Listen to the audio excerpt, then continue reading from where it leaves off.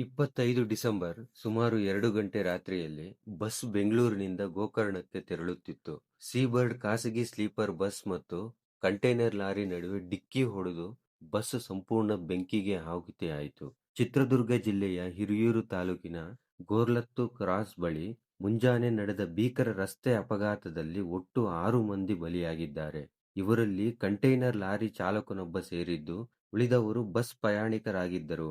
5 ಮಂದಿ ಕೂಡ ಹೆಣ್ಣು ಮಕ್ಕಳೇ ಆಗಿದ್ದಾರೆ. ಮೃತರಲ್ಲಿ ಬಿಂದು ಮತ್ತು ಅವರ 4.5 ವರ್ಷದ ಮಗಳು ಗ್ರಿಯಾ ಅವರನ್ನು ಅವರ ಪತಿ ದರ್ಶನ್ ಗುರುತು ಹಿಡಿದಿದ್ದಾರೆ. ಉಳಿದ ಮೃತದೇಹಗಳು ಸರಿಯಾಗಿ ಗುರುತು ಹಿಡಿಯಲು ಸಾಧ್ಯವಾಗದ ಕಾರಣ ಡಿಎನ್ಎ ಸ್ಯಾಂಪಲ್ ಪಡೆಯಲಾಗಿದೆ. ಬಸ್ನಲ್ಲಿ ಒಟ್ಟು 33 ಪ್ರಯಾಣಿಕರು, ಅದರಲ್ಲಿ 33 ದೊಡ್ಡವರು ಮತ್ತು 4.5 ವರ್ಷದ ಮಗು ಪ್ರಯಾಣಿಸುತ್ತಿದ್ದರು. ಅಪಘಾತದಲ್ಲಿ 33ರಲ್ಲಿ 28 ಮಂದಿಗೆ ಗಾಯಗಳಾಗಿದ್ದು, ಅವರು ಆಸ್ಪತ್ರೆಯಲ್ಲಿ ಚಿಕಿತ್ಸೆ ಪಡೆಯುತ್ತಿದ್ದಾರೆ. ಕೆಲವರು ಚಿಕಿತ್ಸೆಯ ನಂತರ ಡಿಸ್ಚಾರ್ಜ್ ಆಗಿ ಮನೆಗೆ ತೆರಳಿದ್ದಾರೆ ಎಂದು ಪೊಲೀಸರು ತಿಳಿಸಿದ್ದಾರೆ. ಅಪಘಾತಕ್ಕೆ ಕಾರಣ ಲಾರಿ ಚಾಲಕನ ನಿರ್ಲಕ್ಷ್ಯ ಅಥವಾ ನಿದ್ದೆ ಮಂಪರ ಎಂದು ಪ್ರಾಥಮಿಕ ತನಿಖೆಯಿಂದ ತಿಳಿದು ಬಂದಿದೆ. ಮುಖ್ಯಮಂತ್ರಿಗಳು ಮತ್ತು ಪ್ರಧಾನಮಂತ್ರಿಗಳು ಮೃತರ ಕುಟುಂಬಕ್ಕೆ ಪರಿಹಾರ ಘೋಷಣೆ ಮಾಡಿದ್ದಾರೆ. ಈ ಆಕ್ಸಿಡೆಂಟ್ ಆಗಲು ಏನೇನ್ ಲೋಪಗಳಾಗಿದೆ ಅಂದ್ರೆ, ಮೊದಲನೆಯದಾಗಿ ಸಿವಿಲ್ ಇಂಜಿನಿಯರ್ ಲೋಪ. ವಾಹನ ಡಿಕ್ಕಿ ಹೊಡೆದಾಗ ರೋಡ್ ಡಿವೈಡರ್ ಇಂಪ್ಯಾಕ್ಟ್ ತಗೊಂಡು ಈ ಕಡೆ ಲೇನ್ ನಿಂದ ಆ ಕಡೆ ಲೇನ್ಗೆ ಹೋಗ್ಬಾರ್ದು. ಬಟ್ ಈ ಇನ್ಸಿಡೆಂಟ್ ನಲ್ಲಿ ಈಸಿಯಾಗಿ ಡಿವೈಡರ್ ಹೊಡ್ಕೊಂಡು ಆ ಕಡೆಗೆ ಹೊರಟೋಯ್ತು. ನಮ್ಮ ದೇಶದಲ್ಲಿ ಸಣ್ಣ ಡಿವೈಡರ್ ಮಾತ್ರ ಇದಾವೆ. ಇಂಟರ್ನ್ಯಾಷನಲ್ ಸ್ಟ್ಯಾಂಡರ್ಡ್ ಪ್ರಕಾರ ಸ್ಟೀಲ್ ಬ್ಯಾರಿಯರ್ ಅಥವಾ ಕಾಂಕ್ರೀಟ್ ಬ್ಯಾರಿಯರ್ ಇರಬೇಕು.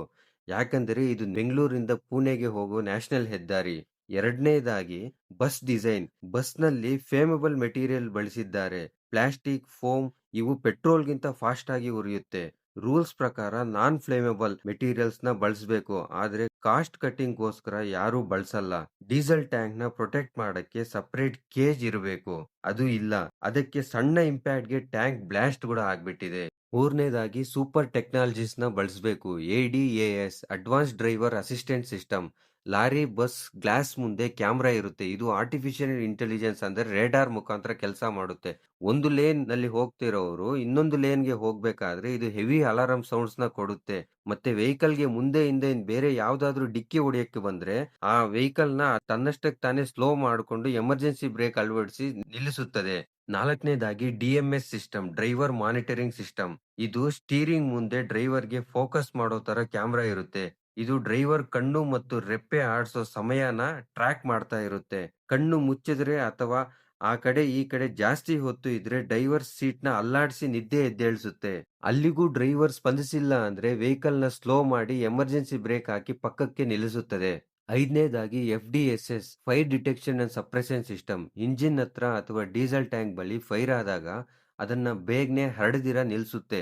ಅಂದ್ರೆ ಫೈರ್ ಎಕ್ಸ್ಟಿಂಗ್ವಿಷರ್ಸ್ ಆದ ಫೋಮ್ ಅಥವಾ CO2 ಅಥವಾ DCP ಎಕ್ಸ್ಟಿಂಗ್ವಿಷರ್ ರಿಲೀಸ್ ಆಗಿ ಫೈರ್ ನ ನಿಲ್ಲಿಸುತ್ತದೆ. ಬ್ರಷ್ ನಲ್ಲಿ ಇವೆಲ್ಲ ಮ್ಯಾಂಡೇಟರಿ ಮಾಡೋದು ಅವಸರ ಇದೆ ಇವಾಗ. ಪ್ಲೇನ್ ನಲ್ಲಿ ಯಾವಾಗಿಂದಲೂ ಇದನ್ನ ಬಳಸುತ್ತಿದ್ದಾರೆ. ನೆಕ್ಸ್ಟ್ ನೀವೇನ್ ಮಾಡ್ಬೇಕು ಅಂದ್ರೆ, ಈ ತರ ಬಸ್ ನಲ್ಲಿ ನೀವು ಪ್ರಯಾಣ ಮಾಡ್ತಾ ಇರ್ಬೇಕಾದ್ರೆ ಫಸ್ಟ್ ಬಸ್ ಹತ್ತಿದ ತಕ್ಷಣ ಫಸ್ಟ್ ಹ್ಯಾಮರ್ ಎಲ್ಲಿದೆಯೋ ನೋಡ್ಕೋಬೇಕು. ಕಾಣಿಸಿಲ್ಲ ಅಂದ್ರೆ ಡ್ರೈವರ್ ಅಥವಾ ಕಂಡಕ್ಟರ್ ನ ಕೇಳಿ ಹ್ಯಾಮರ್ ಎಲ್ಲಿದೆ ಅಂತ. ಹ್ಯಾಮರ್ ತಕೊಂಡ್ಮೇಲೆ ಗ್ಲಾಸ್ ಸೆಂಟರ್ ನಲ್ಲಿ ಯಾವತ್ತೂ ಹೊಡಿಬಾರ್ದು. ಯಾಕಂದ್ರೆ ಗ್ಲಾಸ್ ಸೆಂಟರ್ ಯಾವತ್ತೂ ಸ್ಟ್ರಾಂಗ್ ಆಗಿ ಇರುತ್ತೆ. ಗ್ಲಾಸ್ ಮೂಲೆಗಳು 4 ಮೂಲೆಗಳಲ್ಲಿ ಯಾವ ಮೂಲೆಗಳಲ್ಲಾದ್ರೂ ಹೊಡಿಬಹುದು. ಅವಾಗೆ ಗ್ಲಾಸ್ ಒಡೆದೋಗುತ್ತೆ. Don't rush to door. ಯಾಕಂದ್ರೆ ಎಲ್ರೂ ಡೋರ್ ಹತ್ರನೇ ಹೋಗೋದ್ರಿಂದ ಕಾಲ್ ತುಳಿತ ಆಗುತ್ತೆ, ಸ್ಟ್ಯಾಂಪೇಡ್ ಆಗೋ ಚಾನ್ಸ್ ಜಾಸ್ತಿ ಇರುತ್ತೆ. ಕಿಟಕಿಗಳಿಂದ ಹೊರಗಡೆ ಬರಕ್ಕೆ ನೋಡಿ. ಸ್ಮೋಕ್ ಬಂದಾಗ ಮೂಗನ್ನು ಕಂಪಲ್ಸರಿ ಕರ್ಚೀಫ್ ಅಥವಾ ಶರ್ಟು ಅಥವಾ ವೇಲಿಂದ ಕವರ್ ಮಾಡ್ಕೊಳ್ಳಿ. ನೀರಿದ್ರೆ ತೇವ ಮಾಡಿ ಕವರ್ ಮಾಡ್ಕೊಳ್ಳಿ. ಇದು ಪಾಯ್ಸನ್ ಗ್ಯಾಸ್ ನ ಫಿಲ್ಟರ್ ಮಾಡುತ್ತೆ. ನಿಮ್ಗೆ ಯೋಚನೆ ಮಾಡಕ್ಕೆ ಸ್ವಲ್ಪ ಸೆಕೆಂಡ್ಸ್ ಟೈಮ್ ಕೊಡುತ್ತೆ. ಈ ಆಕ್ಸಿಡೆಂಟ್ ಆಗಲು ಮೇನ್ ಕಾರಣ ಇದು system failure. Highway design, vehicle maintenance, driver working hours, safety technology ಇವೆಲ್ಲ ಬದಲಾವಣೆ ಆಗ್ಲೇಬೇಕು. ಯಾವಾಗ ಆಗುತ್ತೋ ಅವಾಗ ಈ ಆಕ್ಸಿಡೆಂಟ್ಸ್ ಆಗ್ದಿರ ಇರುತ್ತೆ. ಅಟ್ಲೀಸ್ಟ್ ನೀವಾದ್ರೂ ನಿಮ್ ಸೇಫ್ಟಿ ರೂಲ್ಸ್ ನ ದಯವಿಟ್ಟು ಪಾಲಿಸಿ.